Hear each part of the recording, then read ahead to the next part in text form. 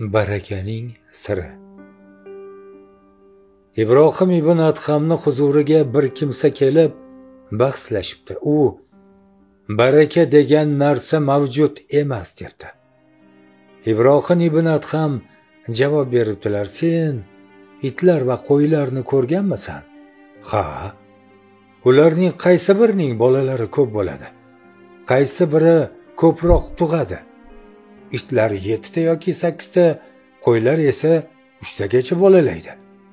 Atrofingga nazar solgin, qaysi biri ko'proq? Menimcha qo'ylar ko'p bo'lsa kerak. Axir qo'ylarni go'shti uchun ko'plab so'yiladi-ku. Ularning soni kamayib ketishi kerak emasmi? Ha, mana shuni baraka deyishadi. Nima uchun bunday bo'ladi? Nimaga qo'ylarda baraka bor, itlarda esa yo'q? Ibrohim ibn Adham: chunki qo'ylar tunning avvalgi qismida uxlab, tong otguniga qadar uyg'onadilar va Allohning rahmati yog'iladigan vaqtda bedor bo'lganlari uchun ularga baraka tushadi.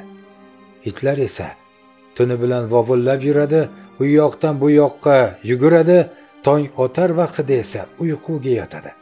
Rahmat yog'iladigan vaqtni g'aflatda o'tkazgani bois ularga baraka tushmaydi deb javob beribdilar. Xulosa esa o'zimizdan azizlar.